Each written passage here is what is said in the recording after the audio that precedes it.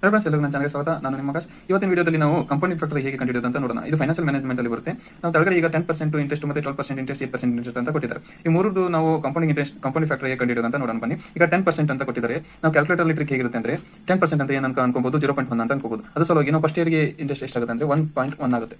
ಆ 1.1 ಅನ್ನ ನಾವು ಸೆಕೆಂಡ್ ಇಯರ್ಗೆ ಎಷ್ಟು ಕೊಡಬೇಕು ಅಂದ್ರೆ ಮಲ್ಟಿಪ್ಲಿಕೇಶನ್ ಹೊಡೆದು ಈಕ್ವಲ್ ಟು ಹೊಡಬೇಕು. ಅವಾಗ ಏನಾಗುತ್ತೆ 1.21 ಆಗುತ್ತೆ. ಮತ್ತೊಂದ್ಸಲ ಈಕ್ವಲ್ ಟು ಹೊಡೆದು 1.331 ಆಗುತ್ತೆ. ಮತ್ತೊಂದ್ಸಲ ಈಕ್ವಲ್ ಟು ಹೊಡೆದು 1.4641 ಆಗುತ್ತೆ. ಮತ್ತೊಂದ್ಸಲ ಈಕ್ವಲ್ ಟು ಹೊಡೆದು 1.61051 ಆಗುತ್ತೆ. ಹೀಗೆ ನಾವು ಎಷ್ಟು ಸತಿ ಬೇಕು ಆ ಸತಿ ಮಾಡೋಕೆ ಈ ತರ ಮಾಡಬೇಕು. ಈಗ 12% ಅಂದ್ರೆ 1.12 ಆಯ್ತು. ಈಗ 1.12ಗೆ ಹೇಗೆ ಮಾಡಬೇಕು ನೋಡ್ಕೊಳ್ಳಿ. 1.12 ಫಸ್ಟ್ ಇಯರ್ದು ಆಯ್ತು. ಅದನ್ನ ಸೆಕೆಂಡ್ ಇಯರ್ಗೆ ಮಾಡೋದಿದ್ರೆ 1.2544, ಥರ್ಡ್ ಇಯರ್ಗೆ 1.4049, ಫೋರ್ತ್ ಇಯರ್ಗೆ 1.5735, ಫಿಫ್ತ್ ಇಯರ್ಗೆ 1.7623. ಹೀಗೆ 8% ಇದೆಯಲ್ಲ, ಇದ್ರದ್ದು ನೀವು ಕಮೆಂಟ್ ಬಾಕ್ಸ್